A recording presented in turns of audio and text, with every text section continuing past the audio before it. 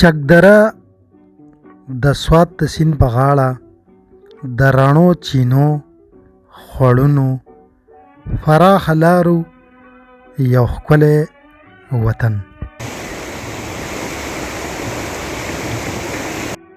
چکراداره د چکس قوم مسکن یا چاک دره چرته چې به لاروو ټیکس ورکوو. چکدره د زړو ډیرو تهذیبونو کور و، ځکه نن هم د ځان دننه ډیر نوي رنګونه لري. د زړې کارخانې په ځای د نندارو ملکنډ پوهنتون، جمال شخصي پوهنتون، تعلیمي بورډ، ټمبر مارکیټ، د تماشو ځای پیشنګ هاټ، روغتون، پریس کلب، تاریخي فعال قلاګانې، د نوابي دور ودانۍ، زوړ تحصیل باډوانۍ جومات او د دیر عجایبګر سره سره ډیر د نوي دور ترقۍ او تاریخ نښې په نظر راځي. دیر میوزیم چکدره په 1972 کې د دې بنیاد ایښودل شوی و.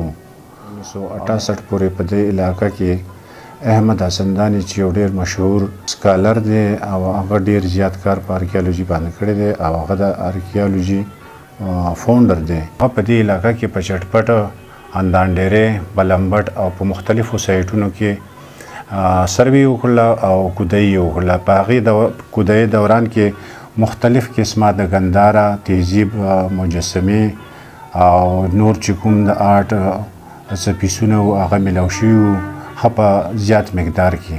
نو د هغه وخت چې کوم پولیټیکل ایجنټ و یعنی لوکل ایډمنسټریشن او پېښور یونیورسټي دې په مشترکه طور باندې وویل چې یاره دا اثار محفوظ کولو دپاره د دیر میوزیم چکدره دا جوړول پکار دي. د ټولو نه وړاندې خو زه ستاسو ډېره زیاته شکریه، ستا د ملګرو ډېره زیاته شکریه ادا کوم، بلکې سلام کوم. چکدره یو ډېر زیات معتبر او یو ډېر تاریخي مقام لري په پښتونخوا کې، ځکه چې لکه زما په علم کې دا چې دلته اکبر اعظم، سکندر اعظم او ورسره نور ډېر زیات فاتحان چې کوم دي نو هغوی په دې لار باندې راغلي دي. دلته هغوی بیا یو قیام کړی دی، یو پړاو یې کړی دی او بیا دلته د هغوی سره په هغه وخت کې جنګونه هم شوي دي او هغه په ماتې هم تللي دي د دې ځای نه.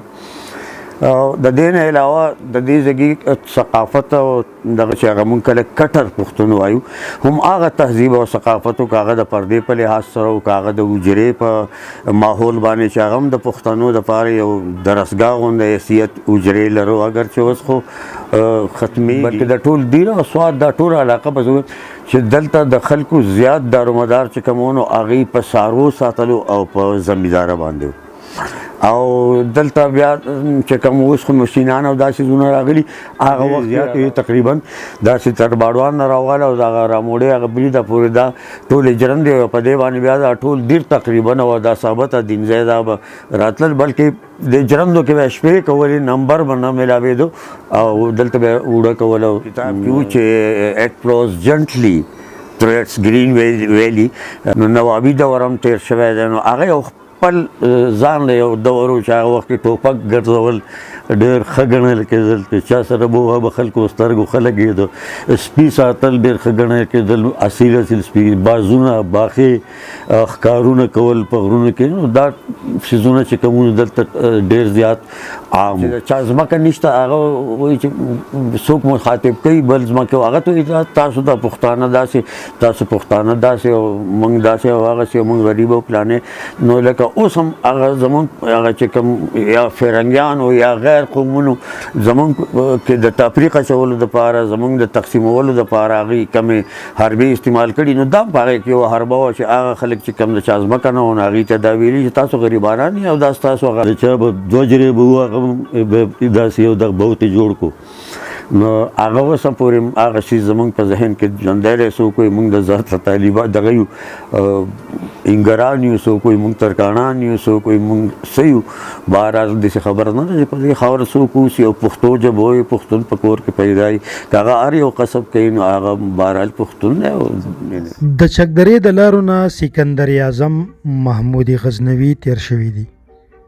د امجد علي عثمان خیل د څېړنې مطابق پیرنګیان د غازي عمر خان د مخنیوي دپاره تر چک درې راغلل، چرته چې د شاډیرۍ په مقام د اول نه د مغلو زړه وداني وه چې بیا پیرنګیانو د نوي سره فراخه جوړه کړه. دا قلعه د جنگي ملکنډ په کال تعمیر شوه چې د ملکنډ سره د رابطې ذریعه وه.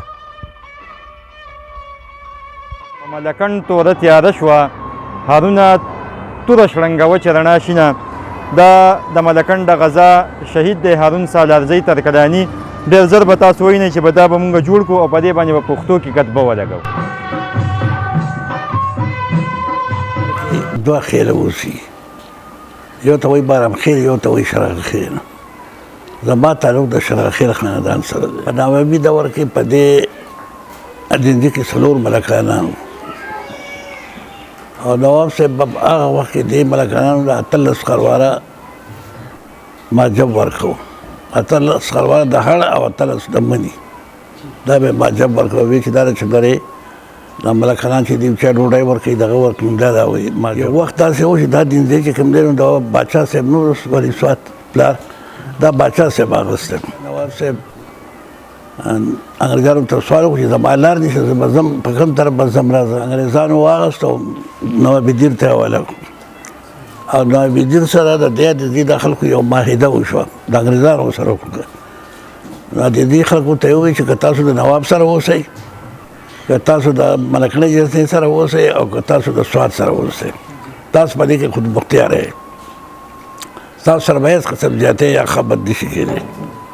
نو دا خلک چې کوم دی نو د نواب سره خوشحاله د نواب سره پاتې شو. څلورو کې یو جلات خان و، پوچ خان بابا یې ورته ویل، د هغه د نواز خان نادري پلار و. او په چکدره کې یو محمد ملک و او یو زموږ دا تره ملک دوا خان. دې څلورو له نواب صاحب دغه ورکړو برات ورکړو. نواب صاحب په دې دېزو کې ډېر د چا سره نه دی کړی، نه یې کولی شو. نوابي ختمه شو او دلته دغه پولیټیکل راغی، پولیټیکلي شروع شو. دا باډوانۍ جومات چې دا زور تحصیل و، دا پاس دی که نه، دا په نوابي دور کې تحصیل و او دا په هغه وخت کې دا جومات جوړ شوی و.